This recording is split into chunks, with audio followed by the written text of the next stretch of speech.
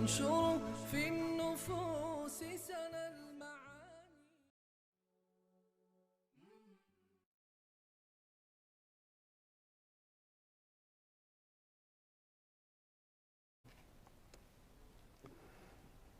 بسم الله الرحمن الرحیم. الحمد لله رب العالمین والصلاة والسلام على سید الانبیاء والمرسلین حبیبنا و سیدنا محمد و علی آله و صحبه اجمعین.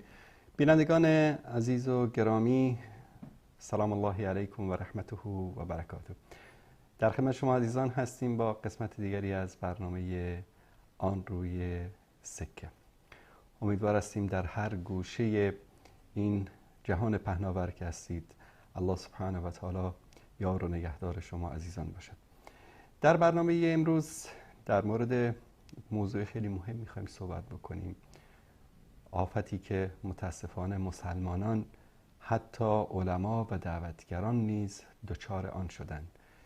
آفت شخصیت پرستی، تعصب بر یک شخص، تعصب بر یک حزب، تعصب بر یک گروه. همه اینا برگرفته شده است تعصبی است بیجا بر یک شخص، بر یک رهبری، بر یک زعیمی، حتی بر یک عالمی که متاسفانه امروز مسلمان ها رو دسته دسته و پارچه پارچه کرده است. یکی رو ببینید که به یک امام مذهب خاصی تعصب دارد و اگر در جلوی این شخص به الله و رسولش هم توهین شود شاید حرکتی نکند، عکس العملی نشان ندهد، اما اگر به رئیس مذهب کوچکترین حرفی گفته شد خلاصه دنیا را از این رو به این رو می کند. حالا از عموم مردم، از کسانی که آگاهی ندارن از قرآن و از سنت رسول الله صلی الله علیه و سلم، بعید نیست که دچار این اشتباهات بشن. اما متاسفانه میبینیم که عده‌ای که خودشان را علما و دعوتگران قلمداد میکنند و داد از قرآن و سنت میزنند، آنها هم متاسفانه دچار این مصیبت شخصیت پرستی میگردند که این یکی از آفتها و یکی از مصیبت‌های بزرگ جامعه مسلمان ها است. یک میان برنامه کوتاه میبینیم و بعد از اون میریم انشاءالله به یاری الله متعال در مورد موضوع برنامه صحبت خواهیم کرد. امروز برنامه یک کمی شاید موضوعات مختلف در اون مطرح بشه، اما موضوع اصلی که خدمت شما عزیزان در مورد صحبت خواهیم کرد همین تعصب و شخصیت پرستی است. امیدوار هستیم که تا پایان برنامه همراه ما باشید. اگر خواست الله متعال بود و فرصت باقی ماند انشاءالله تماس شما عزیزان رو هم در پایان برنامه خواهیم داشت. با ما همراه باشید.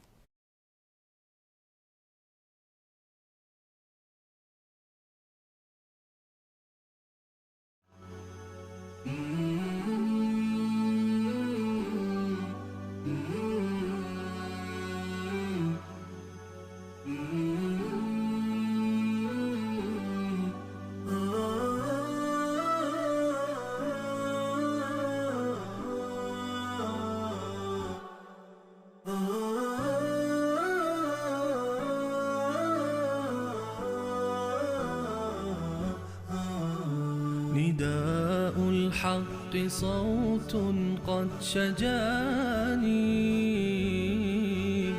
وبلغني الحقيقة والأماني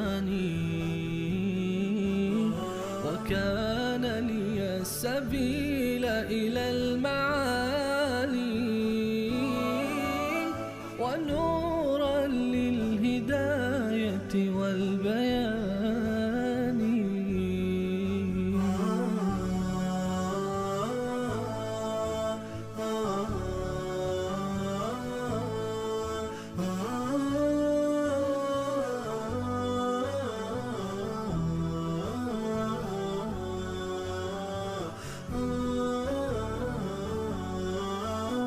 يزيح عن القلوب دجى هواها وينشر في النفوس سنا المعاني.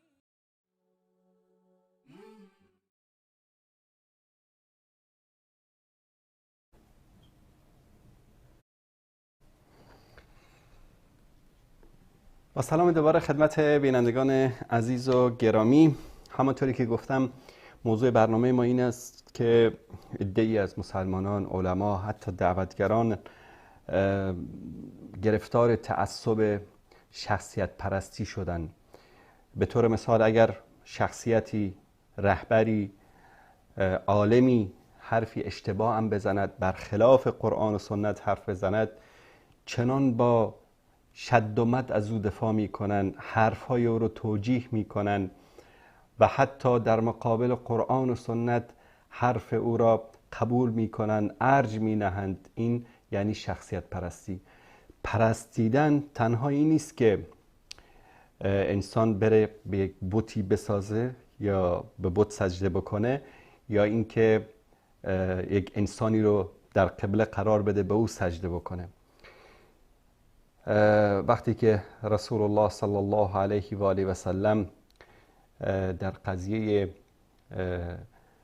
پرستیدن راهبان و کاهنان یهود و نصارا آیه رو تلاوت کردن، اتخذوا رهبانهم اربابا من دون الله، الله سبحانه و تعالی وقتی این آیه رو نازل کرد، پیامبر صلی الله علیه و سلم تلاوت کردن، اتخذوا احبارهم و رهبانهم اربابا من دون الله. عدی ابن حاتم که یکی از صحابه‌ای بود که قبلا در دین مسیحیت بود، گفت یا رسول الله قبول کردیم این آیه رو، اما ما که اونها رو پرستش نمی کردیم، چرا در این آیه گفته که اونها رو پرستش می کردن؟ رسول الله صلی الله علیه و سلم فرمودن که مگر نه این است که اگر حلالی را حرام می کردن، حرامی را حلال می کردن، شما از آنها پیروی می کردید؟ گفت بله یا رسول الله این کار رو می کردیم. گفت همین پرستش است. وقتی که یک رهبری میاد یک اشتباهی میکنه و عده‌ای از طرفدارانش به جای اینکه برن با او صحبت بکنن و اشتباهی رو که انجام داده توجیه نکنن، دلایل لایتچسبک برای آن نیارند، در مقابل کسانی که حق را میگویند قد علم نکنن، عقده گشایی نکنن، اما می‌بینیم که متاسفانه میخواهند با هر ایره‌ای که شده دفاع بکنن. چرا؟ چون آقا این رهبر است، این مشر است، این بزرگ است، این رهبر حزب است، این فلان ابن فلان است، این 50 سال جهاد کرده. بذارید واضح و آشکار بگم در مورد جناب حکمتیار که در این اواخر قضیه توهین‌های ایشان به احادیث نبوی، به صحیح بخاری در موردش برنامه داشتیم و دوستان دیگری هم صحبت کردن، جناب شیخ عبدالرحمن فاتح و بعضی از عزیزان دیگر. اما عده‌ای آمدند و هر طوری که شده باید از این شخصیت دفاع بکنن. آقا شما چیزی نیستید، شما فلان هستید، شما این هستید، اون هستید. آقا 50 سال جهاد کرده، جهاد عملی داشته، جهاد علمی داشته، جهاد فلان. انشالله که میلیون سال جهاد علمی و عملی کرده باشه، وقتی در مقابل قرآن و سنت کسی قرار بگیره، اشتباهش بهش گوشزد میشه، نقد میشه. وقتی نصیحت میکنن مسلمان ها باید نصیحت رو بپذیره، نباید که پیروانش هر باطلی، هر گمراهی رو که انجام بده از او تقلید بکنن، بگن ما فقط همین حرف این رو قبول میکنیم، حرف دیگری رو قبول نمیکنیم، و بیان توجیه های اصلا که نه به عقل جور در میاد، نه به منطق، نه به قرآن، نه به سنت از حرفای او بکنن. اشتباه است از هر کسی که سر بزنه و ما نباید اشتباه رو توجیه بکنیم، ولو اینکه از عزیزترین کسان ما باشد. رسول الله صلی الله علیه و سلم وقتی کسی آمد در مورد زنی بود از شخصیت‌های بزرگ خواست شفاعت بکنه، رسول الله صلی الله علیه و سلم عصبانی شدن، گفتن که لو فاطمه بنت محمد سرقت لقطعت یدها، اگر فاطمه دختر محمدم صلی الله علیه و آله و سلم دزدی بکند دستش را قطع میکنم. یکی از علمای حدیث میگه وقتی این حدیث رو میخوند گریه میکرد، میگفت هاشا که فاطمه دزدی بکند. اما پیامبر صلی الله علیه و سلم به خاطر جدیت احکام الله بیان میکنن که اگر فاطمه دختر من مرتکب همچین گناهی بشه حکم الله را بر او جاری میکنم. شخصیت پرستی از صفات مشرکین است. شخصیت پرستی از صفات کفار است. شخصیت پرستی از صفات کسانی است که پیرو هوا و هوس خود هستند.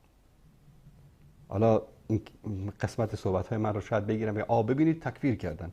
نه، وقتی که ما میگیم این از صفات کفار است به معنی تکفیر نیست. فنباید یک انسان مسلمان، آنم یک عالم، یک دعوتگر، شخصیت پرست باشه. هر آنچه که رهبرش گفت، هر آنچه که شخصی که پیش او عزیز است گفت، اون رو قبول بکنه. نباید شخصیت ها پیش ما عزیزتر از قرآن و سنت باشن. به خاطر همین الله سبحانه و تعالی وقتی در مورد مشرکین و کفار و تعصبشان بر آبا و اجدادشان و شخصیت پرستی که داشتن صحبت میکنه، در سوره مائده آیه 104 دوستان اگر نشون بدن: و اذا قیل لهم تعالوا الى ما انزل الله و الى الرسول قالوا، وقتی که به اونو گفته شود که بیایید با آنچه که الله نازل کرده، با آنچه که رسول صلی الله علیه و سلم فرموده، قالوا حسبنا ما وجدنا علیه آباءنا، برای ما آنچه که پدرانمان نیاکانمان انجام دادن کافی است.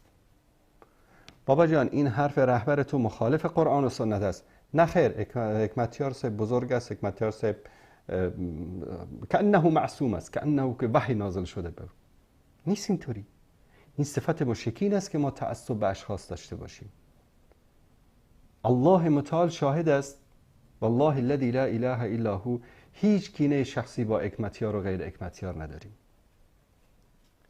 نه یعنی از این بگن که والا اینا اینطوری هستن فلان هستن، اما وقتی که به مقدسات دین، وقتی به خط قرمزهای دین پا میگذارن، هر کسی که باشه، ولو این که پدر من باشه، ولو این که عزیزترین شخصی که من دوستش دارم باشه، در مقابلش نیستیم، جوابشو میدیم.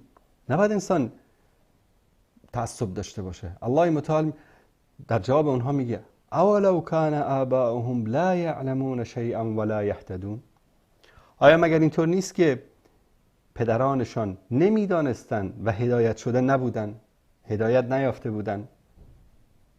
پس انسان نباید که تعصب بر اشخاص داشته باشه. نزدیک به مضمون این آیه مبارکه در سوره اعراف داریم، آیه 28 دوستان اگر نشون بدن: و اذا فعلوا فاحشة قالوا وجدنا علیها آباءنا، اگر یک عمل فاحشه انجام دادن، عمل منکری انجام دادن، عمل فاحشه در اینجا زنا نیست تنها، هر کار زشتی که انجام بدن، وقتی که اعتراض بهشون میشیم قالوا وجدنا علیها آباءنا، ما پدرانمون رو دیدیم که این کار رو میکردن. الان فردا هده‌ای پیدا میشن مثل پیروان سروش و پیروان کسروی و پیروان فلان، الان یک حرکت جدید، یک مذهب جدید به نام مذهب حکمتیاری درست میکنن. همین الان هم حکمت الباری شرح صحیح بخاری اسم درسشون گذاشت که این حکمت الباری یعنی از حکمتیار گرفته شده. یک مذهب جدید، یک فکر جدید. پس از این همه تنظیم درست کردید کافی نبود، این همه تفرقه در بین ملت افغانستان انداختید به نام سیاست، به نام جهاد، به نام حکومت، به نام انتخابات، به نام رهبری، به نام نخست وزیری، به نام حق قوم، به نام نمیدونم زبان، به نام سمت. حالا یک فتنه جدیدی رو به نام فتنه حکمت الباری که واقعا یعنی درش افکاری است خیلی خطرناک، افکاری است که اگر خود شخص حکمتیار به این اعتقاد داشته باشه و همچین عقیده‌ای رو داشته باشه و قانع شده باشه و همچین عقیده‌ای، فتلک مصیبتون. نه اگر کم اینطوری از هر جایی گرفته و بدون اعتقاد و درایت و فهم همینطور قلم فرسایی کرده در کتاباش، فالمصیبت اعظم. چون تناقضات در حرف‌های جناب حکمتیار صاحب کاملا هویداست. من شنیدم کلیپاشونو، برعکس اعتراضاتی که دوستان دارن که والا نخواندن و نشنیدن. نخیر، شنیدیم، خواندیم، دیدیم. ایشان در حرفاش تناقض است. چیزی رو در یک جا اثبات میکنه، در جای دیگری نفی میکنه. میگه ما احادیث رو قبول داریم، ما آنچه که پیامبر امر کرده قبول داریم، ما آنچه که پیامبر گفته قبول داریم، فلان داریم. بعد در جای دیگه میگه که حالا اینا رو مستند به خدمت شما عزیزان نشان خواهم داد. نه خیر، اینجا این حرف نمیدونم وحی نیست و اشکالات وارد میکنه، اعتراضات وارد میکنه. پس این صفت کفار است، صفت منافقین است، صفت بت پرستان است. شخصیت پرستی مسئله نیکویی نیست در اسلام و اسلام اینو ذم میکنه، رد میکنه.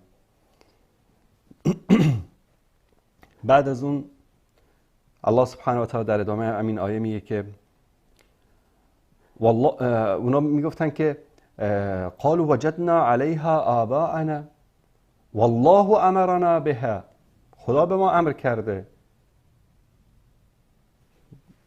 قسمتی از یکی از کتاب‌هایشون رو می‌خوندم، میگه 4 مرتبه رسول الله صلی الله علیه و سلم رو در خواب دیدم و همین رو به فال نیک گرفتم و رفتم این کار رو کردم. سبحان الله، دیگه آیسایسه فکر کنم ادعای پیغمبری هم بکنن جنابیشون. الله متعال میگه قل ان الله لا یأمر بالفحشاء، الله سبحانه و تعالی به کارهای زشت امر نمی کند. اتقولون علی الله ما لا تعلمون، آیا به الله چیزی رو نسبت میدید که نمیدانید؟ آیه دیگری داریم در سوره انبیا آیه 53. در اینجا باز همون مطلب رو به صیغه دیگر، وقتی که در مورد تماثیل و بت‌هایی که میپرستیدن، وقتی که اعتراض کرد ابراهیم علیه السلام که چی هستین؟ ما هذه التماثیل التي انتم لها عاکفون، چی هستین بت‌هایی که شما دارید به اینها سجده میکنید، احترام میگذارید؟ قالوا وجدنا آباءنا لها عابدین، ما پدرانمان گذشتگانمان رو دیدیم که این کار رو میکردن، ما هم برای اینکه پیرو اونها باشیم این کار رو تکرار میکنیم. دقیقا مثل کسایی که امروز هرچه که یک شخصیت تنظیمی ایشان، رهبر ایشان، بزرگشان میگن، با تعصب از او میخوان هر طوری که شده دفاع بکنن. در آیه دیگری الله سبحانه و تعالی وقتی که در اینجا بیان میکنه همین موضوع رو، سوره شعراء آیه 74 در اینجا وقتی که میگه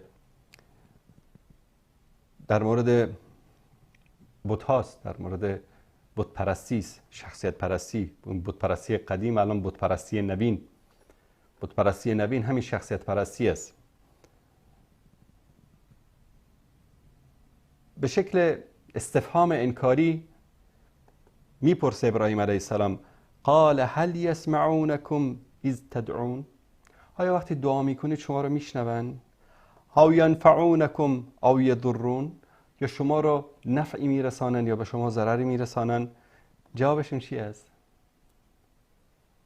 امروز حالا من میخونم انشاءالله در ادامه برنامه، یکی از کسانی که خود رو منتسب به همین حزب اسلامی میدونه، به آقای حکمتیار میدونه، که جرأت نوشتن اسم حقیقیش هم نداره. من از چند نفر از بزرگان حزب پرسیدم، کسی نمیشناسه. اومده یک متن بلند بالایی نوشته سر تا سر فحش، توهین، اهانت، تهمت. چرا؟ اینها اومدن به کسی که 50 سال جهاد کرده توهین کردن. دقیقا این منطق مشرکین، منطق کفار. چی میگه که دلیلشون چی است؟ ابراهیم علیه السلام میگه صداتون رو میشنون، به شما نفعی میرسانن، ضرری میرسانن؟ میگه نه. قالوا بل وجدنا آباءنا كذلك يفعلون، بلکه دیدیم که پدرانمان، گذشتگانمان همین کار رو میکردن. الله سبحانه و تعالی اینها رو مذمت میکنه، اینها رو رد میکنه، هم خودشون رو هم پدرانشون رو.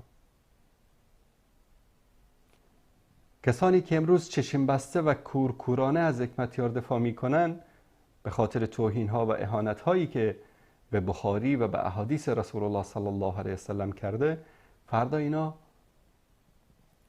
در روز قیامت در قبر که شما رو گذاشتن، حکمتیار به دادتون نمیرسه. حکمتیار شما رو نجات نمیده. به خاطر دفاعتون از حکمتیار خدا شما رو وارد بهشت نمیکنه. در مقابل پیامبر می ایستید، از حکمتیار دفاع میکنید. ما لکم کیف تحکمون؟ این عدل نیست، این انصاف نیست، این مسلمانی نیست. نباید که انسان شخصیت پرستی بکنه، نباید که تنظیم پرستی بکنه. آیه دیگری است در سوره لقمان آیه 21. الله سبحانه و تعالی میفرماید که و اذا قیل لهم اتبعوا ما انزل الله قالوا بل نتبع ما وجدنا علیه آباءنا. وقتی به اونها گفته شود که پیروی بکنید از آنچه که الله نازل کرده، قالوا بل نتبع ما وجدنا علیه آباءنا، گفتن نخیر، ما پیروی میکنیم از آن چیزی که پدران خدا را بر آن یافتیم. میگیم برادر اینجا اشتباه کرده. طرف میگه حکمتیار صاحب اشتباه کرده، چطور امکان داره که اشتباه بکنه؟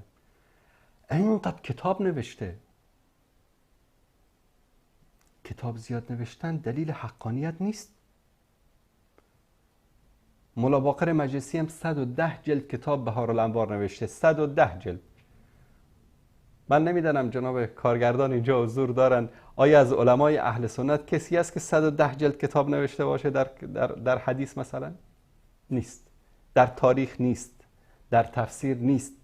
آقا مولا باقر مجلسی 110 جلد کتاب نوشته، اسمش هم گذاشته بهارالانوار، دریاهای نورانی، دریاهای نورافشان. آیا دلیل حقانیت مولا باقر مجلسیه؟ کتاب زیاد نوشتن، حالا حکمتیار 50 تا 100 تا 1000 تا کتاب نوشته باشه، آیا این کتاب نوشتن زیاد دلیل حقانیت است که عده‌ای اومدن آقا ایشان 110 جلد کتاب نوشته، شما چند جلد کتاب نوشتید؟ آقا ایشون 50 سال جهاد کرده، شما چیکار کردید؟ در یکی از جنگ ها یکی از کسانی که در صف صحابه می جنگید افتاد، کشته شد. صحابه گفتن عجب مجاهدی بود، عجب جهادی کرد، واه عجب رشادت و جوانمردی. پیامبر صلی الله علیه و سلم فرمودن انه فی النار، در آتش است. گفتن یا رسول الله این؟ گفتن بله در آتش است. چرا؟ غنیمت گرفته بود، برده بود در بین بارش پنهان کرده بود و طاقت تحمل زخم‌ها را پیدا نکرده بود، خودشو کشته بود، رگ دستشو زده بود. پس معیار این نیست که طرف 110 جلد کتاب نوشته یا 50 سال جهاد کرده و حتی در راه خدا شهید شده، این ملاک جنت رفتن، مسلمان بودن، مؤمن بودن نیست. خیلیا بودن در کنار پیامبر در صف اول نماز میخواندن. عبدالله ابن ابی ابن سلول حتی پیامبر برو نماز میخوانه، پیامبر برو طلب استغفار میکنه، میگه پیامبر اگر برو طلب استغفار بکنی یا نکنی یا 70 مرتبه برو طلب استغفار بکنی، ان الله لا یغفر له، خدا اون رو نمیبخشه. بخاطرش که اون کافر بود. ما این نمیگیم خدای نکرده تهمت کفر و نفاق نمیزنیم، اما اشتباه اشتباهست، گناه گناهست، خطا خطاست. از برای خدا دعوای عصمت برای حکمتیار نکنید. اشتباه کرده و این اشتباه را اصلاح بکنید. اگر شما واقعا او را دوست دارید، خطاهایش رو به او گوشزد بکنید، بگید از برای خدا نکن. کسی رو میگن در جایی میرفت و دخترش مسلمان شده بود، نزدیکای نماز صبح بود، به منطقه اتراق کردن، تو ده نزدیک مؤذنی بود، خلاصه یکی پیدا شد مثل جناب حکمتیار در اونجا، گفت بذارید که من میخوام اذان بدم. مردم گفتن بابا بذار مؤذن اذان بده، تو صدات خوب نیست فلان. گفت نه من میخوام اذان بدم. این طرف اومد اذان داد. این دختره وقتی صدای اذان رو شنید خوشش نیامد، بدش اومد. همونجا پیش پدر گفت بابا من از این دین بیزار شدم، چه وضعیش این، چه اذان دادنی. خلاصه این طرف هدایای فراوانی به روستا آورد و خلاصه گفتن که چه خبره؟ گفت من ممنون شما هستم که این صدای اذان شما سبب شد که دختر من دوباره به دین اصلیش برگرده. بعضیا اینطوری هن. یا حکایت سعدی، کسی رو دید که داره با صدای نکره داره قرآن میخونه. گفت از برای چی میخوانی؟ گفت از برای خدا میخوانم. گفت از برای خدا نخوان. ما هم میگیم جناب حکمتی صاحب از برای خدا تفسیر نکن، شرح نکن. ما گذشتیم از خیر تو، از حکمت تو، از شرح تو. نکن فتنه انگیزی در بین امت اسلامی نکن. بس از این همه درد و رنج و غم و اندوه و تفرقه و نفاق و مشکلات مذهبی و سیاسی و تنظیمی و قومی و سمتی و نژادی که در افغانستان هست. شما یک باب فتنه دیگری رو باز نکن. آیه دیگری است در سوره زخرف، آیه 22. در اینجا هم الله سبحانه و تعالی مذمت میکنه که وقتی به اونها گفته بشه که شما دلیلی دارید، منطقی دارید برای این حرفایی که میزنید، جوابشون شد بل قالوا انا وجدنا آباءنا على امة و انا على آثارهم مهتدون. گفتن نه خیر، دلیلی که نداریم، اما پدران ما این کار رو میکردن و ما هم از اونها اطاعت و پیروی میکنیم و ما مقتدی و پیرو اونها هستیم. این شخصیت پرستی است، این تعصب جاهلان است. حتی الله سبحانه و تعالی در مورد پیامبرانش، ببینید پیامبران چه شخصیت های بزرگی هستند. الله سبحانه و تعالی اونها رو از بین بشر انتخاب میکنه. الله سبحانه و تعالی به اونها اسمت میده. الله سبحانه و تعالی به اونها معجزات نازل میکنه. الله سبحانه و تعالی اونها رو به وسیله ملائکه، به وسیله روح القدس تایید میکنه. بس در مورد صفات انبیا بگیم کم است. الله سبحانه و تعالی در مورد عیسی ابن مسیح یا عیسی ابن مریم، میبخشید عیسی مسیح، در موردش در قرآن کریم در سوره مائده آیه 75 این آیه را نازل میکنه. وقتی که نصارا اون رو خدا درست کردن، امروز دقیقاً کاری که مثلا الان رهبر پرستا، شخصیت پرستا میکنن، دقیقاً همین کاری است که مسیحیت انجام داد. شما فکر نکنید که اونا به خاطر دشمنی با حضرت عیسی رفتن و رو گفتن خداست، پسر خداست، بلکه از محبت این کارو کردن. شخصیت پرستی، محبت، غلو، افراد انسان رو به این را میکشه. رسول الله صلی الله علیه و آله و سلم ما رو منع میکنه از غلو و افراد.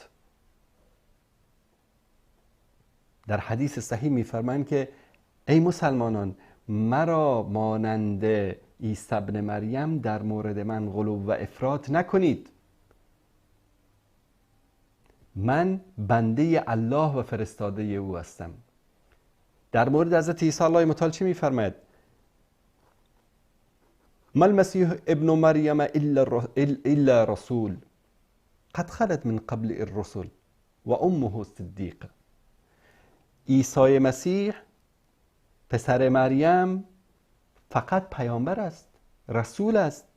قبل از اونم پیامبر و رسولان دیگری فرستاده شده و مادرش زن راستگوست. کانا یأکلان الطعام، هر دو غذا میخوردن. یعنی چی؟ الله متعال با این مثال میخواد بگه که اونها مثل شمان، بشرند، فرشته نیستن، ملک نیستن.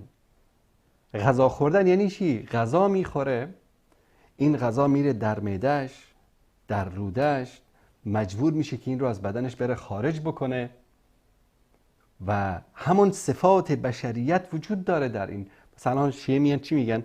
بابا انبیا که بودن دستشویی نمی رفتن، اینا عرق خوشبویی از اینها خارج می شد و مدفوعشون این گونه دفع می گردید. یا اگر جایی هم مدفوع می کردن بوی مشک و چیز می داد و زمین همونو قرد می داد. ادرارشون مدفوعشون پاک است. و این تعصبه.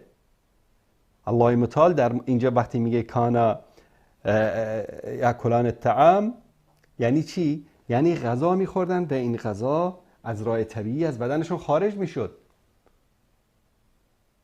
ببینید این یکی از صفات بشری است. غذا میخوره و این غذا به شکلی از بدن خارج میشه.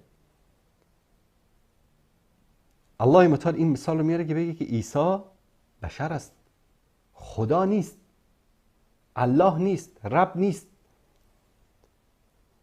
بعد اون چی میگه؟ انظر کیف نبین لهم الآیات.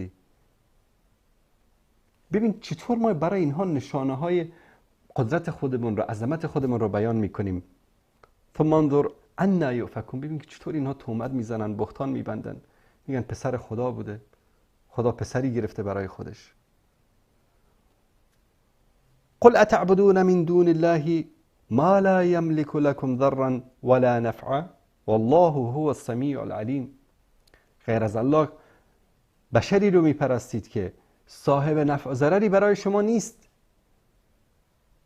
و الله است که شنونده داناست.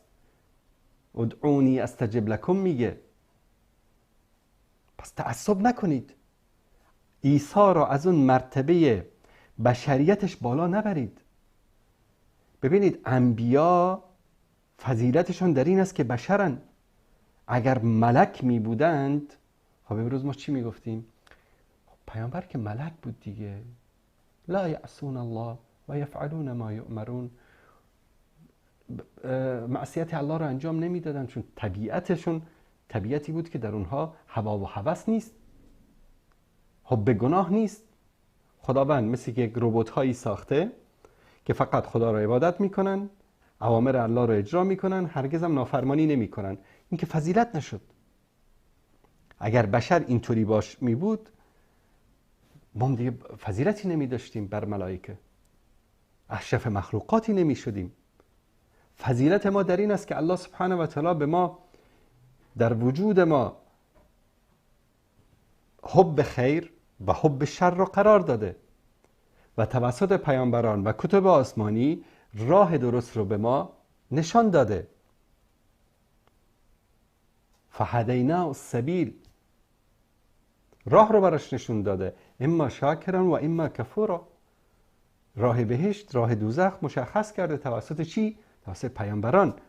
پس پیامبران را الله سبحانه و تعالی بشر فرستاد به خاطر اینکه ما آنها در بین ما زندگی بکنن، مثل ما باشن تا برای ما اسوه و الگو بشن. اما به ما میگه که اینا رسولن، چیزی ما فوق بشر نیستن. هر کس این ادعا رو بکنه در مورد انبیا، در مورد اولیا، در مورد امامان، به گمراهی رفته. دقیقاً نزدیک به مضمون همین آیه در سوره دیگری در قرآن کریم، در سوره آل عمران آیه 144 در مورد رسول الله صلی الله علیه و سلم نازل شده. و ما محمد الا رسول. محمد نیست مگر فرستاده الله صلی الله علیه و آله و سلم. قد خلت من قبل الرسل. قبل از محمد هم پیامبران دیگری فرستاده شدند. افئن مات او قتل انقلبتم علی اعقابکم. آیا اگر که بمیره یا کشته بشه شما برمیگردید، مرتد میشید، از دین برمیگردید؟ و من ینقلب علی عقبیه فلن یضر الله شیئا. کسی که برگرده، مرتد بشه، از دینش برگرده، به الله ضرری نمیرسانه. و سیجزی الله الشاکرین. الله سبحانه و تعالی بندگان سپاسگزار رو پاداش میده. در اینجا ببینید چه حکمت‌های بزرگی، چه درس‌های بزرگی در این آیه. اولا اینکه میگه که این محمد اشرف انبیا و رسول، محبوب رب العالمین، خاتم الانبیاء و المرسلین، این چی است؟ فرستاده الهی است. پیش از اونم فرستادگان دیگری بودن. یعنی چی؟ محمدم مانند پیامبران قبلی به دنیا آمده، زندگی کرده و میمیره. آیا اگر مرد یا کشته شد شما از دین برمیگردین؟ شخصیت پرستی یعنی امین. ببینید امروز چقدر از حرکت ها، سازمان ها، مؤسسات، پروژه های عظیم اسلامی و دعوتی، احزاب بزرگ سیاسی اسلامی با مرگ یک شخص از بین میره. چرا؟ چون شخصیت پرستی است، منهج نیست، نصاب نیست، خداپرستی نیست. رهبر یک چیز مقدس است، کسی نباید به او دست بزنه، کسی نباید او رو نقد بکنه، کسی نباید در مقابلش بیسته. چرا ما از رهبرانمون فرعون درست کردیم؟ اصلا فرعون چطور فرعون شد؟ از مادر که فرعون به دنیا نیامده بود، همین اطرافیانش از بس بهش تعظیم کردن، از بس سر در مقابلش خم کردن، از بس او رو گفتن تو خدایی، تو همه کاری. منم گوهر من هستم. از رهبرانتان خدا درست نکنید، از رهبرانتان انسانهای معصوم درست نکنید که وقتی رفت همه آنچه که بنا کرده بود رو با خودش ببره. خیلی از سازمان ها و احزاب اسلامی بودن که چون رهبر یک دیکتاتور بود، رهبر یک انسان خودش رو مافوق همه میدانست، پیروانش اون رو اصلا یک در جایگاه مافوق بشر قرار داده بودن، با مردنش همه چیز تموم شد. پس نباید که انسان در مقابل رهبر، در مقابل شخصیت یک انسان تعصب به خرج بده. این تعصب است که ما رو به راه گمراهی میبره. این تعصب است که سبب میشه که اگر حلالی رو حلال کردن، حرامی رو حلال کردن، حلالی رو حرام کردن، از اونها پیروی بکنیم. چون وقتی که شما شخصی رو در حد پرستش دوست داشتی، او رو در جایگاه خدا قرار میدی، او رو در جایگاه شارع قرار میدی. هر حرف او برای تو مقدس میشه، او میشه برای تو انسان معصوم. امروز متاسفانه این در بین شیعه هم هست، در بین اهل سنت هم هست. آقای کسی اونجا نشسته، حضرت آقا نائب بر حق امام زمان، هر چی که بگه وحی منزل است که ما کسی جرأت داره در مقابلش بیسته. بعد گروهی تربیت شدن که هر حرفی که ایشون بزنه و کسی در مقابلش بیسته میشه محارب. محارب میدونید این اصطلاح محارب رو از کجا آوردن؟ وقتی که حکم محاربه صادر شد در علیه کسی، این رو چیکار میکنن؟ بدونشون چرا اعدام میشه. دلیلشون هم از کجاست؟ الذین یحاربون الله و رسوله. کسانی که با الله و رسول می جنگن. خب این که در مورد الله و رسول است، چه ربطی مثلا به حضرت آقا داره؟ تعصب. ایشون هستن نائب بر حق امام زمان، امام زمان هم هست نائب بر حق پیامبر، و پیامبر هم دیگه نائب بر حق خدا. تموم شد دیگه، طرف شده خدا. دقیقاً همین، متاسفانه همین مشکل رو ما امروز در جامعه اهل سنت پیدا کردیم. ملا پرستی، مولوی پرستی، رهبر پرستی، حزب پرستی، سمت پرستی. طرف حاضر است به خاطر قومیتش،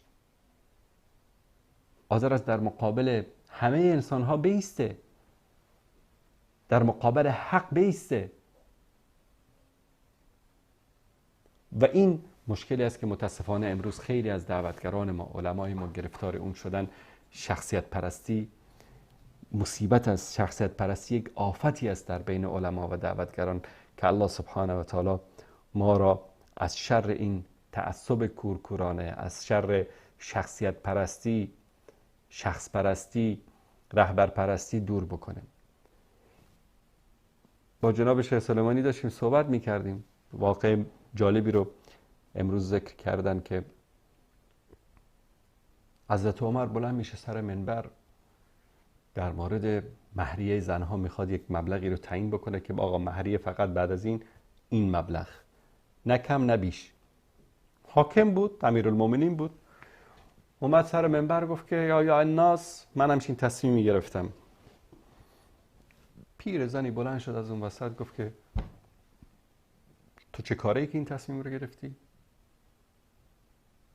عمر گفت خب من به خاطر یعنی مشکلات مردم حل بشه دیگه، مهرای آنچنانی نگیرن.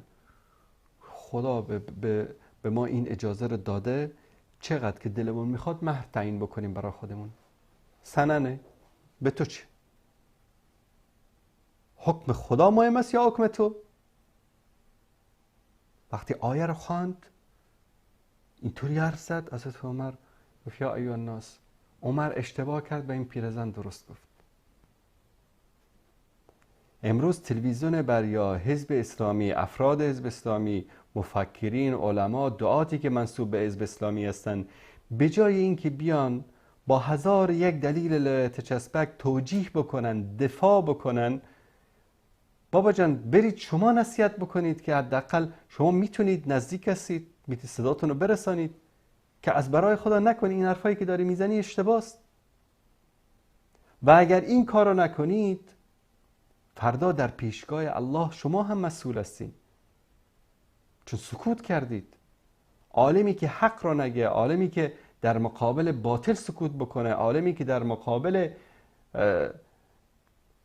توهین به الله و به رسول و به حدیث پیامبر صلی الله علیه و سلم جانب رهبر و تنظیم و شخصیتی که او رو میپرسته بگیره، این انسان در زیر همون آیه حدیثی که رسول الله صلی الله علیه و سلم میفرمایند که کسی که در مقابل حق سکوت بکنه، جایی که باید سخن حق گفته بشه نگه، مانند شیطان گنگ است. الساکت عن الحق که شیطان الاخرس. امیدوار هستیم که الله سبحانه و تعالی به ما این توفیق رو بده که هوا و هوس خودمون رو، تعصبات خودمون رو کنار بگذاریم و همیشه حق رو قبول بکنیم از هر کسی که باشه، از هر جهتی که باشه. میان برنامه میبینیم و بعد از اون انشاءالله دوباره در خدمت شما عزیزان خواهیم بود. با ما همراه باشید.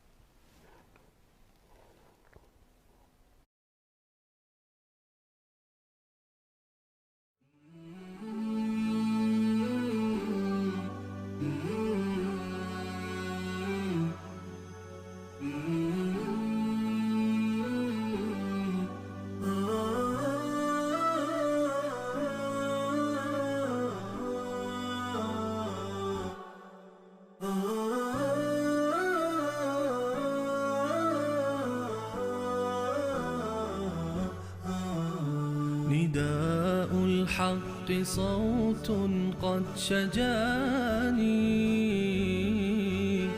وبلغني الحقيقة والأماني وكان لي السبيل إلى المعالي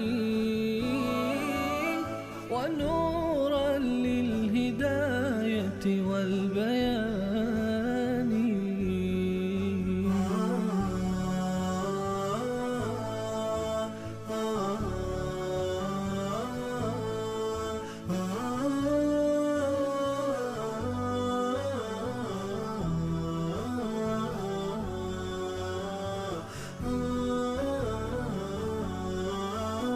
يزيح عن القلوب دجى هواها وينشر في النفوس سنا المعاني. عن أبي ذر رضي الله عنه قال: قلت يا رسول الله، أي مسجد وضع في الأرض أول؟ قال: المسجد الحرام. قال: قلت ثم أي؟ قال: المسجد الأقصى. قلت: كم كان بينهما؟ قال: 40 سنة. ثم أينما أدركتك الصلاة بعد فصل فإن الفضل فيه.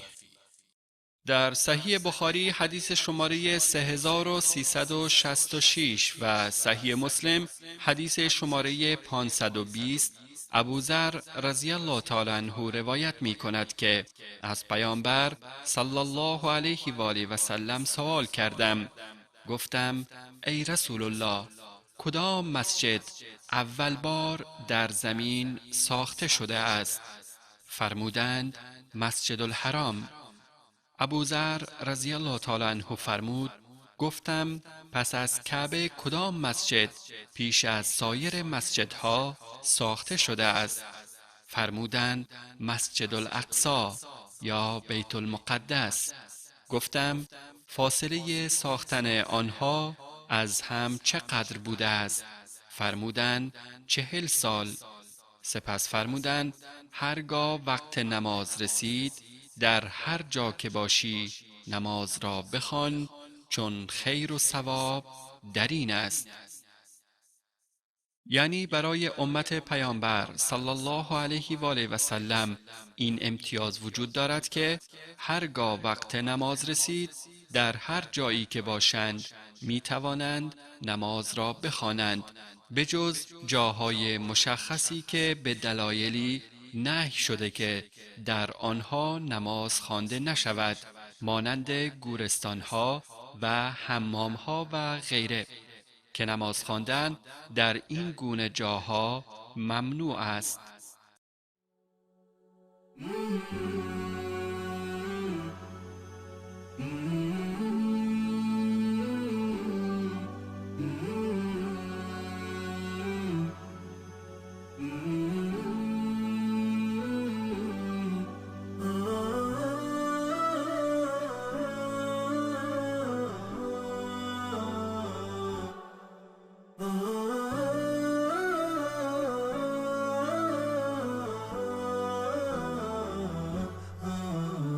نداء الحق صوت قد شجاني وبلغني الحقيقة والأماني وكان لي السبيل إلى المعالي ونورا للهداية والبيان.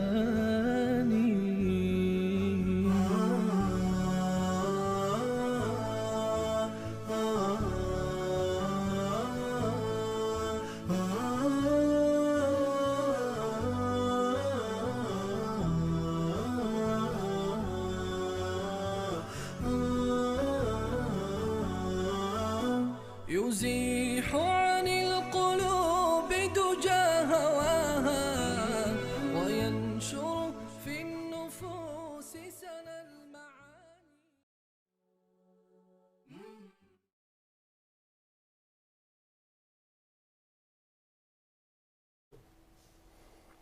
با سلامی دوباره خدمت بینندگان عزیز و گرامی. من امشب انشاءالله 2 مطلب رو خدمت شما عزیزان از کتاب‌های جناب حکمتیار نشان خواهم داد و مخالفت صریحشون با عموم علمای اهل سنت، مخالفت صریح با قرآن، مخالفت صریح با سنت رسول الله صلی الله علیه و سلم رو بدون تعصب، بدون شخصیت پرستی، بدون تنظیم پرستی، امیدواریم طرفداران ایشون این رو بشنون، دقت بکنن، برن جستجو بکنن، از ایشون طلب ایضاح بشن و اگر واقعا به همین اعتقاد هستن و پافشاری میکنن بر این اعتقاداتشون، از ایشان اعلان براءت و بیزاری بکنن. یکی از صفات ابراهیم علیه السلام چی بود؟ وقتی که پدرش، قومش بر شرکشون، بر کفرشون اصرار ورزیدن، از اونها اعلان براءت کرد. براءت و دوری از کسانی که بر باطل پافشاری میکنن، این یکی از واجبات مسلمان هست. این یکی از معانی لا اله الا الله هست. جناب حکمتیار برخلاف همه علمای امت اسلامی منکر این هستند که بر پیامبر غیر از قرآن وحی دیگری هم نازل شده. یعنی غیر از قرآن اعتقاد دارن که همه آنچه که پیامبر صلی الله علیه و سلم فرمودند وحی نیست. این دقیقا همون مشکلی است که قرآنیون دارن و به خاطر ضربه زدن به سنت رسول الله صلی الله علیه و سلم میان قضیه را از این طریق وارد میشن، میگن که خب وحی قرآن است، این سنت وحی نیست. چون وحی نیست، دقیقا ببینید حیله در کجاست، چون وحی نیست پس این قدسیت رو نداره. وقتی که شما اعتقاد پیدا کردی که سنت وحی نیست، وقتی که ما سنت میگیم منظور سنت صحیح هست، وحی نیست، پس سنت چون وحی نیست این حالت قدسیتش رو از دست میده. قدسیتش رو که از دست داد، بعد شما میتونی تن وارد بکنی، میتونی نقد بکنی، میتونی اعتراض بکنی، میتونی رد بکنی، میتونی قبول نکنی. به خاطر همین میگیم که این مسئله، این اعتقاد بابی از ابواب فتنه رو در بین مسلمان ها باز کرده. عده امروز زنادقه جدید به نام قرآنیون هستن که میگن آقا ما حدیث رو قبول نداریم، حدیث وحی نیست. پیامبر اصلا یکیشون خیلی به صراحت میگه اصلا پیامبر وظیفش مثل یک پست‌رسان هست، علیاذ بالله. مثلا یک پست‌رسانی میاد یک پاکت نامه‌ای رو میاره در خونه شما میرسانه، شما نامه رو باز میکنید، وظیفه پست‌رسان این است که نامه رو در خونه شما برسانه، آنچه که محتوای نامه هست این رو برای شما میرسونه، لا اقل ولا اکثر. پیامبرم مانند یک پستچی بوده، علیاذ بالله. این اعتقادشون هست، در حالی که این اعتقاد مخالف صریح با آیات قرآن و فرمایشات رسول الله صلی الله علیه و آله و سلم است. بیایید اول این رو ببینیم، بعد در رد این من یک آیه و یک حدیث خدمت شما بیان میکنم، چون وقت برنامه کم است و نمیخوایم بیشتر روی این مسائل بپیچیم. انشاءالله در هر برنامه یکی دو مورد رو به شکل مستند از کتابهاش نشون خواهیم داد. این کتاب است کتاب متضاد روایات مذهبی اختلافات، روایات متضاد و اختلافات مذهبی. سلفی شم که مذهبی پاتشم، سلفی شوم یا مذهبی بمانم. این مسائل رو در اینجا آمده در موردش صحبت کرده، نویسندش هم جناب آقای حکمتیار هست.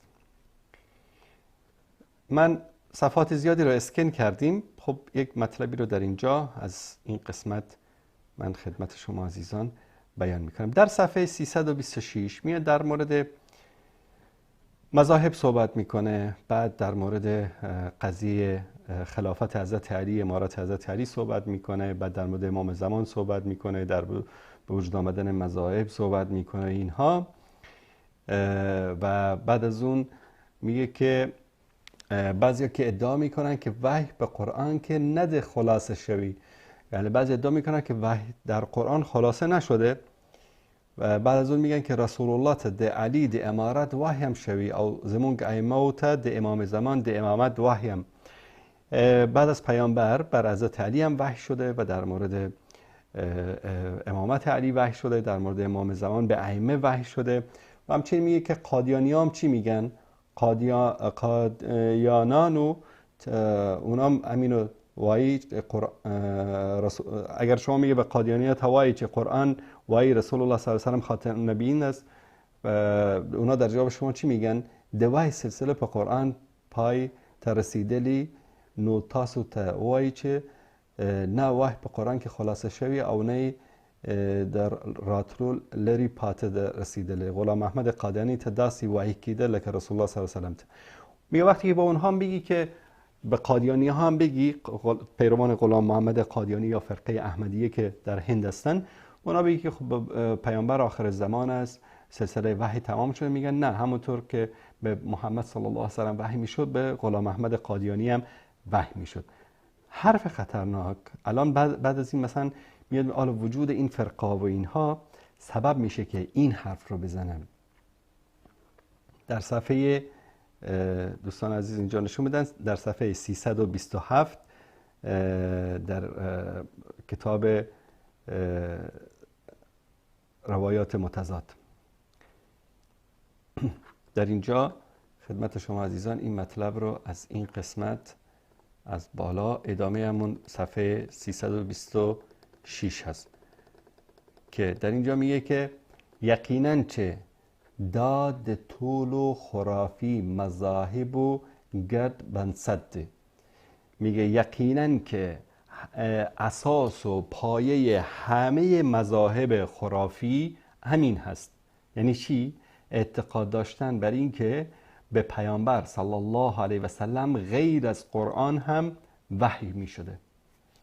سوک چوایی کسی که میگوید رسول الله صلی الله علیه و آله و سلم ته پر قرآن سربیر وحشوی اغوی به حقیقت که کسانی میگه که ادعا بکنن که به رسول الله صلی الله علیه و سلم غیر از قرآنم وحی می شده، اغوی به حقیقت که این گروه در حقیقت ددغ و منحرفو، این شخص در حقیقت همون گروه های منحرف او دین دخمنو یا دشمنان دین دلو ملتیا کوی.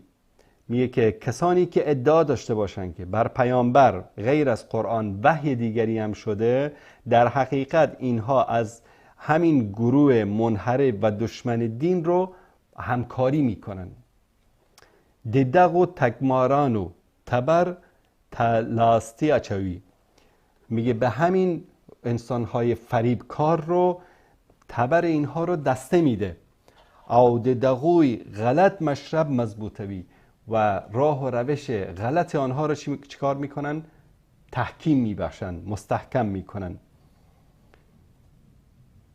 حقیقت داده، حقیقت این است که چه ده طول و فتنه و انحرافات و مذهبی اختلافات و فکری و اعتقادی تشنجات او ده دجالان او ده دوکماران و ده مکرون و ده مخنیول و یوازنی اغیخما او داد من لار داده چه قرآن کامل او کافی و گنو. میگه حقیقت این است که برای جلوگیری از همه این گروه های فتنگر، منحرف، اختلافات مذهبی، فکری، اعتقادی، تشنجات، از این فریبکاران، دجال صفتان، از مکر و ایره اینها چطور میتوانیم جلوگیری بکنیم؟ تنها راهش این است که بگیم فقط قرآن کافی است. این رو نه محمد انصاری به عنوان کینه و عداوت نسبت به حکمتیار و حزب اسلامی بیان میکنه و نه هم افترا و تهمت است. کتابش جلوی شماست و شماره صفحه، دوستانی که دارن میتونن چک بکنن، ندارید برید این صفحات کتابش رو باز کنید و ببینید. خب امروز حکمتیار به همه علمای اسلام از سلف و خلف توهین میکنه. توهین به همه علمای جهان اسلام، توهین به اصحاب رسول الله، توهین به تابعین، توهین به تبع تابعین، توهین به محدثین، توهین به مفسرین، توهین به فقها، توهین به مذاهب اربعه، توهین به همه امت اسلامی. چون همه امت اسلامی معتقد هستند که احادیث رسول الله صلی الله علیه و آله و سلم وحی است. همه علمای جهان اسلام به این عقیده هستند. اما حکمتیار میگه که کسایی که به این عقیده باشن، اینها طرفداران و امراهان انسانهای منحرف، دین ستیز، فتنگر، منحرف فکری، اعتقادی، انسانهای متشنج، انسانهای دجال صفت، انسانهای فریبکار، کسانی که اعتقاد داشته باشند به وحی بودن سنت پیامبر، این گونه انسانهایی هستند. این توهین به همه امت اسلامی نیست؟ این توهین به همه علمای سلف و خلف ما نیست؟ این توهین رو خواجه بشیر انصاری میکنه، این توهین رو محمد صالح مصلح رافضی میکنه، این توهین رو سروش میکنه، این توهین رو کسروی میکنه، این توهین رو قرآنیون زنادقه جدد میکنن، این توهین رو همه دشمنان دین در این متفق هستن. معتزله این توهین رو میکنن و جناب آقای حکمتیار با اینها هم صدا میشه و به همه امت اسلامی توهین میکنه، به همه امت اسلامی ریشخند میزنه، اعتقادات بیش از 2 میلیارد انسان مسلمان رو به باد مسخره میگیره، همه اینا رو منحرف میگه. بعد عده‌ای میان از این شخص دفاع میکنن. ما منتظر این هستیم که ایشون توضیح بدن که هدفشون چی است از این مسئله. چرا وحی بودن سنت رو انکار میکنن؟ جالب است رسول الله صلی الله علیه و آله و سلم در مورد قرآن کریم و سنت رسول الله صلی الله علیه و سلم مسائل رو خیلی واضح و روشن بیان کردن. قرآن کلام اللهی است که بر پیامبر وحی میشه، کلام الله هست. من یقین 100% دارم که دوستان این تاریخ و این ساعت و این برنامه و این حرف من رو به یاد داشته باشید. اگر همین حکمتیار فردا قائل به خلقت قرآن نشد، چون این افکار انتهایش به همین میرسه. فتنه‌ای که در زمان امام احمد معتزله به راه انداختن و این معتزله های جدد دقیقا همون راه رو دارن میرن. فردا ببینید که ایشون منکر قرآن میشه، میگه که قرآن مخلوق است، قائل به مخلوقیت قرآن میشه. دقیقا همون کاری که در زمان عباسیا فتنه‌ای که رخ داد، چون این راهی که داره میره به همون جا منتهی میشه. رسول الله صلی الله علیه و سلم در حدیثی که در ترمذی حدیث صحیح هست روایت شده، دوستان اگر همین قسمت حدیث را اگر نشون بدن در اینجا،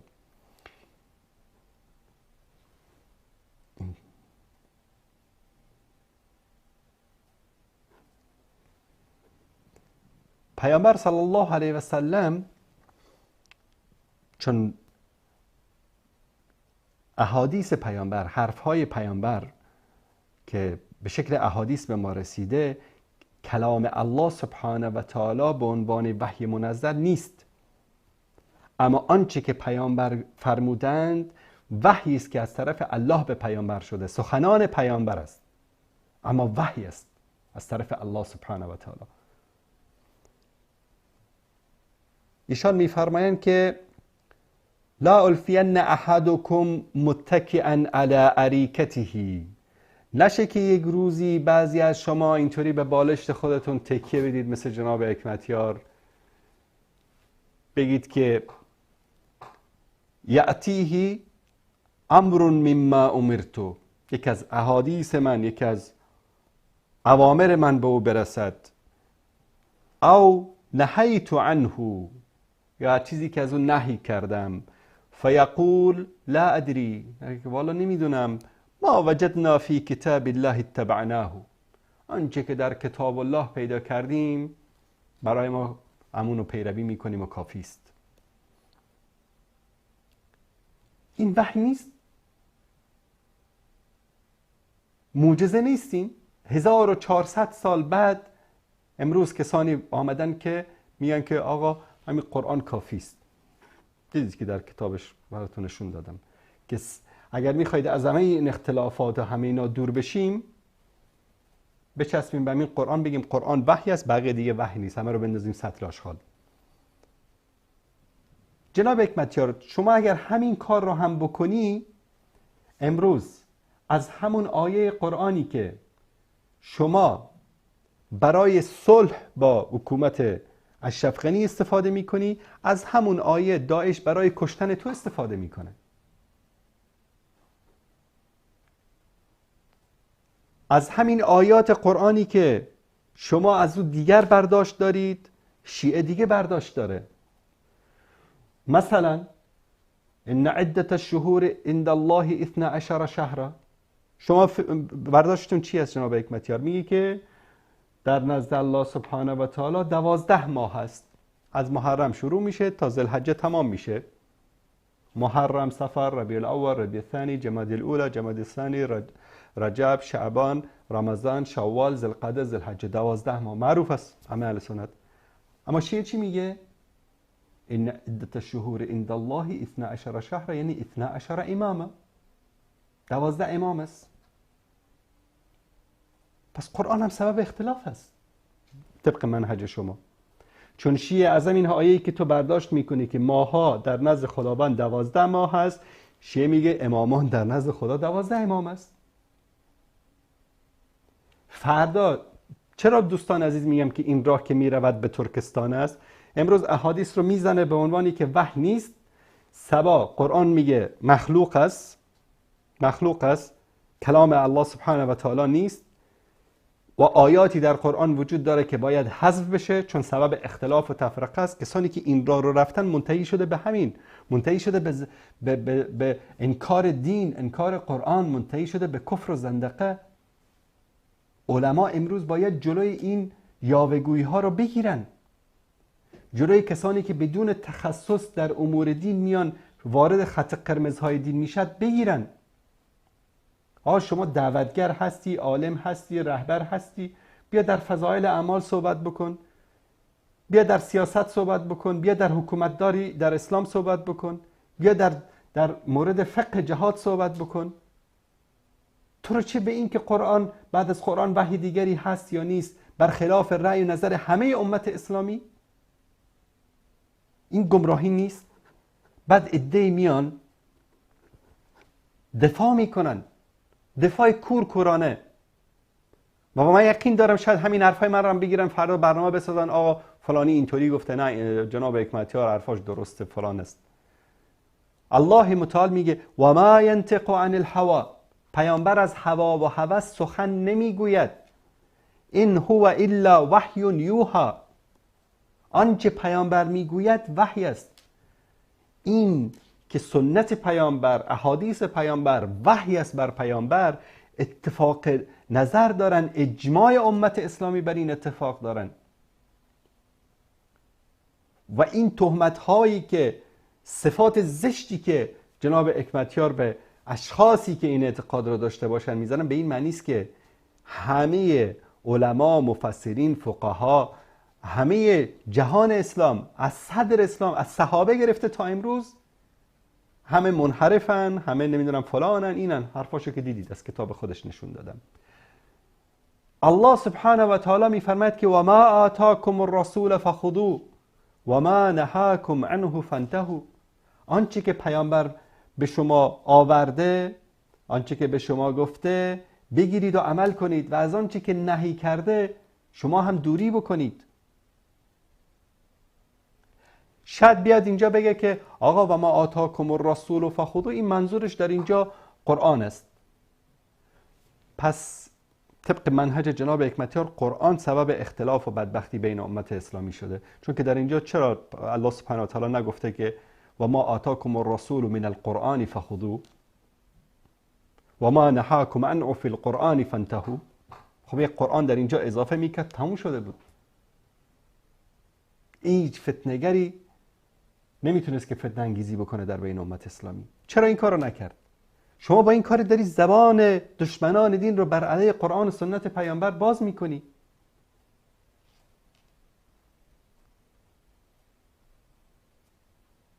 پس جلوی این تخطی ها و جلوی این توهین ها و اهانت ها رو به هدف بخاری نیست. من در برنامه گذاشتم گفتم چرا بر علیه بخاری شروع کردن، چرا از قله شروع کردن؟ چون میخوان اساس و ریشه دین رو بزنن. یکی دانسته مانند زنادقه، یکی ندانسته مانند حکمتیار، در بهترین حالت که ما با حسن ظن برخورد بکنیم. چرا میگم از صدر اسلام، از زمان صحابه تا امروز به همه امت اسلامی حکمتیار توهین میکنه با این حرفاش؟ همه اینا رو منحرف و نمیدونم دشمن دین و فلان و اینها میدونه. ابی رافع رضی الله تعالی عنه در روایت صحیحی که لفظش از احمد و ترمذی و ابن ماجه است خدمت شما بیان میکنم، میگه که الا و انما حرم رسول الله صلی الله علیه وسلم مثل ما حرمه الله، چیزی رو که پیامبر حرام قرار داده مانند آن چیزی است که الله سبحانه و تعالی حرام قرار داده. یکی از مشکلات این فکر منحرف حکمتیار و امثال حکمتیار رو خدمت شما عزیزان بیان بکنم. مثلا میگن قرآن برای ما کافی است، ما غیر از قرآن دیگه هیچ چیز دیگری رو قبول نداریم. اول نمیگن قبول نداریم، اول شک ایجاد میکنن، میگن اینا که وحی نیست. بعد از اون که شما کافی است که شما تسلیم بشید بگید بله طبق دلایلی که جناب حکمتیار آورده سنت پیامبر وحی نیست. بعد از اون قدم بعدی است. قدم بعدی چی است؟ خیلی از احکام دین هست که از قرآن ثابت نمیشه. مثلا خیلی از قرآنیون نماز نمیخونن، نمازشون عبارت از یک سری تسبیحات و اذکاری که فکر میکنن نماز همین است. چرا؟ چون در قرآن عدد رکعات، اوقات معین نماز، تعداد رکعت‌های نماز، واجب و سنت مؤکده و غیره الی آخری نیامده. در قرآن حکم سنگسار نیامده، در قرآن حکم مرتد نیامده. در قرآن خیلی از مسائلی که ما امروز در امور فقهی و غیر فقهی اعتقادی از احادیث ثابت میکنیم در قرآن نیامده. همه اینا رو باید بندازید سطل آشغال طبق حرف آقای حکمتیار. من یک مطلبی رو خدمت شما عزیزان، حرف بسیار خطرناکی است، حرفی بسیار، حتی من تعجب میکنم مثلا جناب استاد سادات همین مطلب رو آوردن و خودشون هم خوندن از کتاب حکمت الباری که جناب حکمتیار این کتاب رو داره.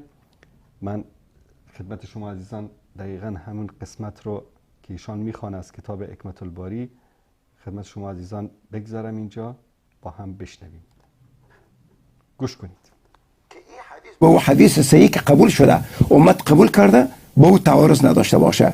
ده متواتر سنت مخالف نوی، مخالف سنت متواتر نبود. سری امی ترتیب بوده یا نبوده، امی بری رمیاره در اونجا میاره، بری رمیاره در اونجا میاره. امی این مسائل در بین علمای دیگه امی ترتیب بوده یا نبوده. مثلا آنچه که احادیث پیامبر است نظر ای جناب حکمتیار امی است.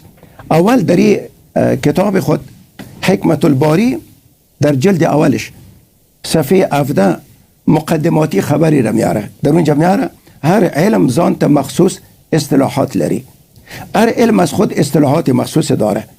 باز حدیث تعریف میکنه در رسول الله صلی الله علیه و قول یعنی وینا، فعل کړنه او تقریر په وړاندې داسې سکوت چې د تایید معنی ورکوي ته حدیث وایي. سند، متصل، منفصل این تعریف میکنه. مثل علم مصطلح الحدیث مرسل، متواتر، آحاد، مشهور، عزیز، غریب و صحیح، حسن، ضعیف، متفق علیه تمام این تشریح میکنه. میگه اینجا ما هیچ مشکلی نداریم، علم مصطلح حدیث است و تعریف دقیق با کمی فرق از کتب حدیث. بعد از این مشکل است. علم از خود اصطلاحات داره ولی باز در بعدش نوشته میکنه د متن لپلو هغه حدیث صحیح گنل کیږي، یعنی صحیح گفته میشه په قرآن که د هغه لپاره کوم شاهد وي، در قرآن برای از او یک شاهد باشه و این تشریح میکنه. دوم لقرآن سره تعارض و نلري، با قرآن در تعارض نباشه و این تشریح میکنه. سوم لبل صحیح حدیث سره تعارض و نلري، با حدیث دیگه تعارض نداشته باشه که حدیث صحیح است، یعنی او قبول داره که این حدیث با او حدیث صحیح که قبول شده امت قبول کرده با او تعارض نداشته باشه. د متواتر سنت مخالف نوی، مخالف سنت متواتر نباشه. په داسې قضیه واقع بحث نکوي چې په ډیرو پورې تړلی وي خو یوازې یوه کس پرې څه ویلی. یک قضیه مربوط کل امت است و یک جماعت بزرگ در اونجا در این قضیه ارتباط داره خو یک نفر او روایت کرده باشه. په حدیث که داسې څه نوي ویل شوی چې صحابه و عملا د هغې وینا مخالفت کړی وي که عملا صحابه کلش جماعت صحابه مخالفت و حدیث کرده باشه و دو حدیث چیزی باشه که ما خلاف اجماع صحابه او را پیش ببریم، اینطور نباشه. امثال این مطالب میاره. بله این حرف خیلی خطرناک است دوستان عزیز. تحریف حدیث صحیح از جانب حکمتیار سید، مخالفت صریح با قول همه علمای جهان اسلام و محدثین. باید حدیث صحیح در نزدیشان شاهدی از قرآن داشته باشه. حدیث صحیح که شاهدی از قرآن نداشته باشه این حدیث صحیح نیست. حالا شما برید برای جناب حکمتیار احادیثی که در مورد رکعات نماز است، احادیثی که در مورد سنگسار است، احادیثی که در مورد حکم مرتد است، احادیث بیارید. همه اینا رو طبق این منهج رد میکنن. شاید امروز جرأتش رو نداشته باشه، امروز فقط جرأت این رو کرده که در کتاب همینقدر بنویسه که حدیث صحیح حدیثی است که شاهدی از قرآن داشته باشه. از کجا میگی تو این حرف رو؟ کی گفته این رو؟ بخاری گفته، مسلم گفته، ترمذی گفته، ابو داود گفته، ابن ماجه گفته، نسائی گفته. کی گفته این حرفو؟ ابن صلاح گفته این رو؟ چرا از شکم خودتون حرف در میاری در مقابل احادیث پیامبر؟ شاهدی باید از قرآن داشته باشه. کی گفته این رو؟ امروز جرأت کرده که همین حرف رو بزنه.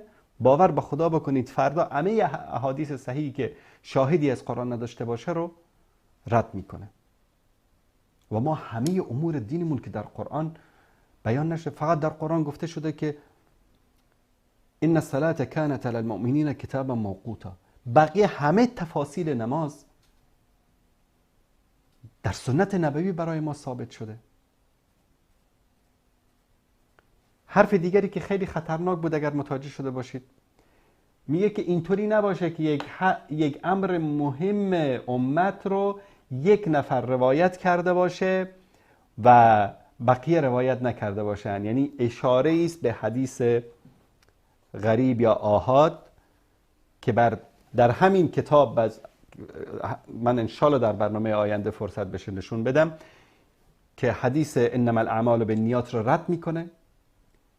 میگه که این حدیث آحاد است، سندش مشکل داره، متنش مشکل داره، تعارضات داره، تناقضات داره، که من در این مورد بیشتر صحبت نمی کنم چون که جناب استاد فاتح مفصل در این مورد صحبت کردن. یعنی رد کردن احادیث آحاد دقیقاً همون منهج معتزله‌ای که در صدر اسلام بودن. این است مشکلی که متاسفانه حکمتیار و کتاباش دارن. و یک مطلب دیگری رو در همین برنامه جناب استاد سادات از من پخش کردن در اونجا، و که من در برنامه قبلی گفته بودم که امام آلبانی با متون احادیث بخاری مشکل نداره. وقت نیست به الا من حرفایی که زدم رو در اون برنامه و حرفایی که ایشون از من پخش کردن و جوابی که دادن مفصل نمیخوام این بحث به این شکل ادامه پیدا بکنه. ما بعد از این حرفامون رو میزنیم، شما هم حرفاتون رو بزنید. کسانی که میخوان به حق دفاع بکنن یا به ناحق دفاع بکنن اختیار دارن. اولا یک نکته رو بگم که من گفتم که شیخ آلبانی و کسایی که اعتراض کردن سر بخاری الا با تعدادی انگشت شمار از احادیثی که بعضی اضافاتی در او هست یا بعضی جملات یا حرفهایی که در او هست مشکل دارن و بیشتر مشکلشون با راویان هست یا با شیوه نقل روایات یا با بعضی از روات و اینها. و گفتم امام آلبانی رحمت الله علیه مشکلی با متون احادیث بخاری نداره 100% و یقینا. و امروز هم همین حرفم رو تکرار میکنم و با به اصطلاح این کلمه ای که یقینا و 100% با همه متون صحیح بخاری مشکلی نداره، اگر همچین حرفی زدم از حرفم برمیگردم. اما این بر همه علمای اسلام یعنی پوشیده نیست که حدود 10 یا 11 یا کمی بیشتر کمی کمتر تعداد انگشت شمار احادیث بخاری که روش حرف و حدیث است یا در بعضی اضافاتی که در او آمده یا در قضیه رواتش که امام آلبانی این رو ذکر کرده در کتابش.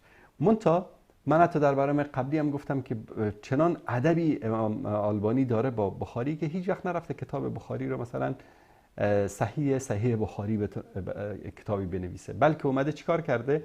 همین احادیث رو در کتاب‌های دیگری که اومده از اونجا اعتراضاتش رو در مورد اون بیان کرده و من انشالله در هفته آینده مفصل در این مورد صحبت خواهم کرد.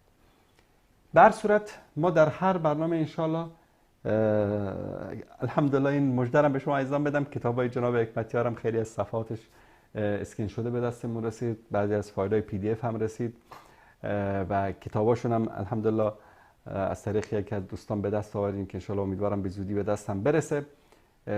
بعد از این همینطور مستند از کتاباشون آنچه مخالف قرآن و سنت صحیح پیامبر صلی الله علیه و سلم است بیان میکنیم. هدف ما اصلاح است. والله بالله تالله دشمنی با حکمتیار و با حزب اسلامی و با هیچ یک از علما و مجاهدین و رهبران جهادی نداریم. دشمنی شخصی، اگر دوستی داریم به خاطر خداست، اگر دشمنی داریم به خاطر خداست. الحب فی الله و البغض فی الله، این منهج ماست. اگر منم جای متعصبین حزب اسلامی باشم امروز باید بیام همه این حرفای حکمتیار رو توجیه بکنم، اما نه. الله برای من از همه چیز در این دنیا عزیزتر است. رسول الله صلی الله علیه و آله و سلم از همه دنیا برای من محبوب تر است. سنت پیامبر، قرآن کریم، منهج قرآن و سنت برای ما خط قرمز است. هر کسی در مقابلش بیسته، در مقابلش می ایستیم و حق رو بیان می کنیم. دوستان عزیز، حدود 7 دقیقه وقت داریم تا پایان برنامه. در این مدت اگر عزیزانی تماس میگیرن انشالله صحبت های بینندگان رو هم خواهیم داشت. بله، سلام علیکم. بله، السلام علیکم. علیکم السلام و رحمت الله و برکاته. بله استاد، ما برنامه شما را می دیدم و درباره این موضوعی که شما گپ زدین بسیار عالی بود. واقعا که همه مسلمان ها باید از برای الله و سنت رسول مقبول سلام بیستن و این روز است که صدای حق باید بالا شود، چون این مسئله ما و شما نیست، این مسئله الله و رسولش است صلی الله علیه و سلم. و تا جایی که ما شما را میشناسم و حکمتیار صاحب و استاد سادات، همه مثلا خودت با استاد سادات عالم دین هستین، ولی تا جایی که استاد حکمتیار ما میشناسیم، امو مفکورای بعدی که ما از سابق داره مردم افغانستان، که من نمیگم نه تنها استاد حکمتیار بلکه دوستم، جمهوریت، همه اینا یا خودشان یا نفرایشان بسیار سر مردم افغانستانی ظلم کردن. به نظر من استاد حکمتیار باید از تلویزیون از تمام مردم افغانستان معافی بخواهد و این که چیزهایی که در وقت جنگ افغانستان که شد بسیار جوانا، بسیار مردم از خود نفرای حکمتیار صاحب بسیار چیزای خراب دیدن استاد. امی پایلوچای قندار در مکرویان آمدن، سر دخترها تجاوز کردن. یعنی یک وحشت بود استاد که ما چشم دیده از امون روزها بودیم. ایناله من نمیگم کوره تنها استاد حکمتیار کرده، ولی نفرایشان بود، جنگ کردن، راکت می آمد، بازارها نفر کشته شد، در خانه خداوند اینا قسم خوردن. چی شد؟ قسم از اینا چی شد؟ یک زنده جنریشن همون تایم یا زدن، تباه و در بدر کردن. با کدام الفاظ استاد حکمتیار سر قرآن میشینه و سر تفاسیر قرآن میشینه و از خود فتوا میده؟ نه، خودش کدام عالم دین نیست. به نظر من استاد حکمتیار اگر بسیار دعوای اسلامیت و بنده راسخ الله را میزنه، باید از تلویزیون عام از مردم افغانستان معذرت بخواهد. چرا خداوند عقل خدا میبخشه ولی عقل بنده خدا نمیبخشه. خب ما استاد حکمتیار را ندیدیم که کدام اسپیچ یا فتوای داده باشه که ما هر چی که کردیم مرا مردم افغانستان شما ببخشید. هر چی که نفرای ما کرده از طرف از اونا ما معذرت میخوایم. ایره باید یعنی ایره من تنها نمیگم، ایره تمام افغانایی که سرشان ظلم تیر شده در مون تایم این مفکوره را دارد. من نمیگم دوستم هم بده، نمیخوایم برنامه استاد سیاسی شود، ولی تا جایی که ما شما را برنامه تانه دیدیم حق گفتین از قرآن گپ زدین، از احادیث رسول مقبول صلی الله علیه و سلم گپ زدین. اینجا من یک کمک بسیار در مقابل استاد سادات خفستم به می که چطور یعنی استاد سادات اینجا صدای حق خود بالا نمیکنه. من یعنی به شخصیتش به اندازه احترام دارم، همچنان همقدر که بر شما دارم، ولی شما در اینجا درست میگین، نه به خاطر هیچ چیز نمیگین، شما فقط حق میگین. و ما افغان ها، مسلمان ها، چی افغان باشه، چی ایرانی باشه، چی هر کسی که باشه، باید اینجا به گپ شما ما استاد باشیم و قبول کنیم، چون شما گپ درست میگین.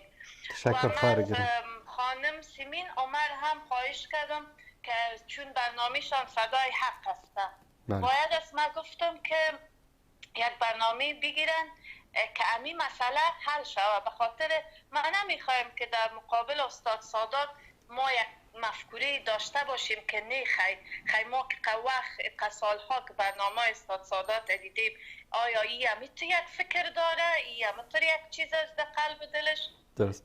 تشکر خواهر گرامی. بگویم که زنده باشین. استاد محترم شما بسیار درست روان هستید. خداوند امرایتان است و مردم امرایتان است، امت اسلام امرایتان است. سلامت باشین. تشکر از شما خواهر گرامی. زنده باشین. خدا نگهدار شما.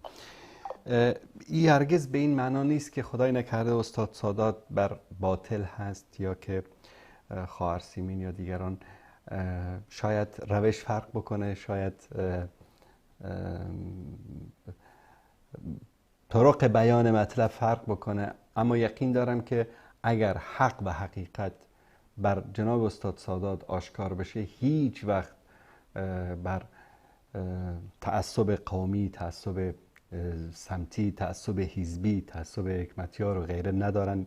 انشاءالله ولا نزکی علی الله احد. تا حدی که ما میشناسیم حق برای همه این دعوتگران از همه کس عزیزتر است و مهمتر است. اما شاید گاهی اوقات برای هر کس یک مصلحت هایی وجود داشته باشه، اما در این که جناب استاد سادات یک دعوتگر مخلصی هستند و استاد بزرگواری هستند و ما همیشه از صحبت‌هایشان در شبکه استفاده کردیم، بارها مهمان ما بودن، در این هیچ شکی نداریم.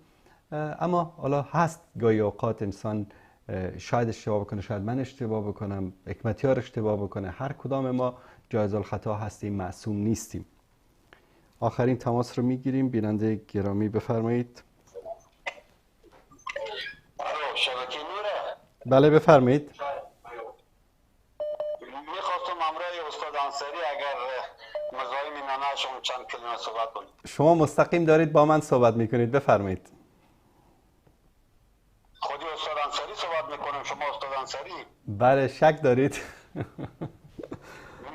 نه اول سلام علیکم و رحمت الله و برکاته. علیکم السلام. برنامه شما تمام و من زیاد مزاحم شما نشم. گپایی که پیشتر همین خانم گفتن از طرف مکه از جمله مسلمانای و ما معتقد به همین حرفا شما کاملا صحیحه. هیچ جای اظهار نظر نیه که حکمتیار بکنه یا احمد یا محمود بکنه. گپا شما هم گپایی هست که موجهه و ما قبول دارم. اما به همین ارتباط من مستم یک سوال که تقریبا به همین موضوع هم ربط شاید داشته باشه از نظر شما من اظهار نظر بکنم، مثل که بعض وقتا باز یک رقمی به دل من میرسه که بویا شما برای من انتقاد نکنید که چرا تو یه حرف زدی. اگه اجازه بدین که من همین بفرمایید خیلی کوتاه مختصر بفرمایید. راجع به همین موضوع حضرت علی و حضرت معاویه، بله. در این ایوازی که حضرت علی کرم الله وجهه که من خاک پای از اونا هستم و نمیرسم، اونا مگر دست روی معاویه میکشیدم و اور به عمودم و فرصت به بغل خو میگرفتم و از اون کار میگرفتم، اما در پهلوی از او به حساب از سماعتی و برکنار کردم و به حساب خدی و به یک طریقای وارد جنگ شدم و او هم مجبور شد که وارد وارد جنگ بشه و همینقدر اصحابی شهید بشم و کشته بشم، دیگه به اینجا فکر کنم که باید جوابگو باشم در برابر خدا در روز قیامت.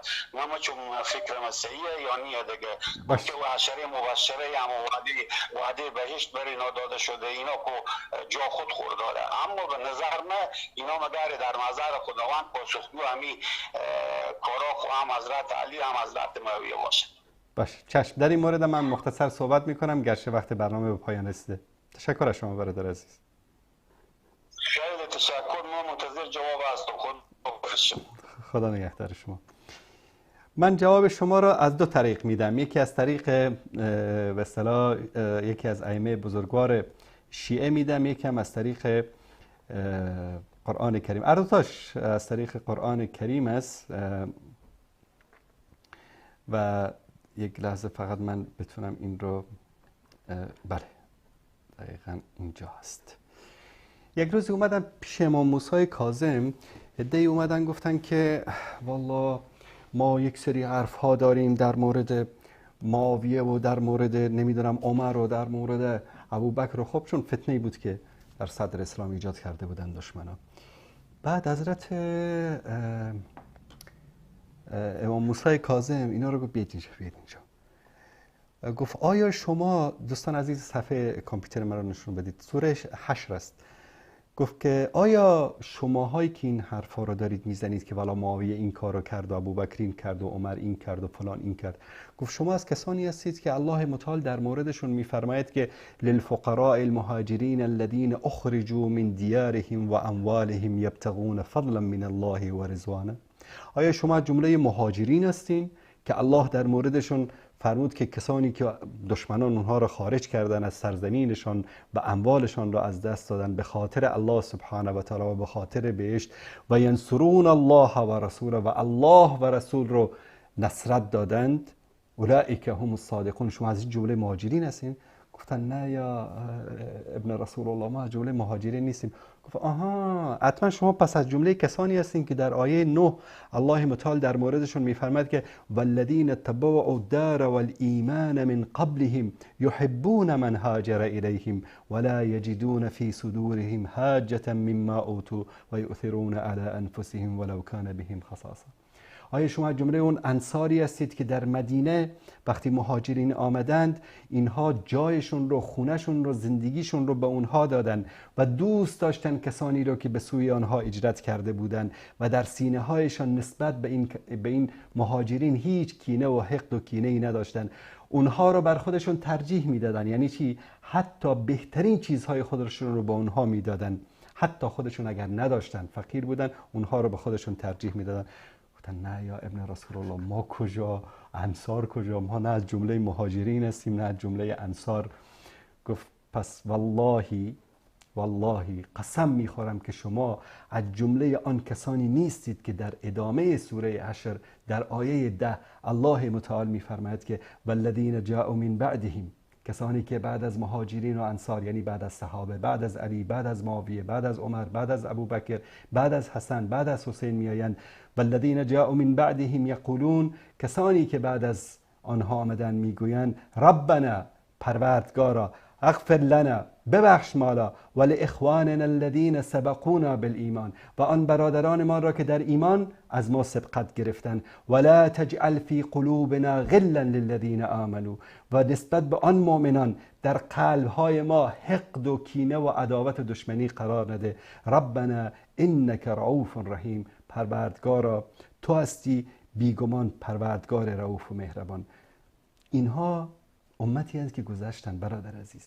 وظیفه من و تو که بعد از آنها آمدیم الله متعال بیان کرده والذین جاءوا من بعدهم یقولون ربنا اغفر لنا ولاخواننا الذین سبقونا بالایمان. والله برادر عزیز از تو فردا نمیپرسن در قبر که معاویه چه کرده بود، علی چه کرده بود، حسن چه کرده بود، حسین چه کرده بود، ابوبکر و عمر چه کرده بود. میپرسن که آجی صاحب تو چه کردی، تو چه عملی انجام دادی. چرا؟ برای این حرفم دلیل از قرآن کریم برایتان میارم. در سوره بقره آیه 134 تلک امت قد خلت، دوستان نشون بدن تلک امت قد خلت، اینها امتهایی بودن که رفتن، لها ما کسبت ولکم ما کسبتم، هر آنچه اونا انجام دادن برای خودشان انجام دادن. در پیشگاه خداوند علی هم وای میسته، معاویه هم وای میسته، حسن و حسین و عمر و ابوبکر و طلحه و زبیر و فاطمه و عایشه و همه اینا وای میستن. همشون حساب و کتاب میشن. هیچ کدام از اینها بدون حساب و کتاب وارد جنت نمیشن. و ما منکم الا واردها. هر کدوم از شما اونجا حساب و کتاب میشین، هر کسی که باشه.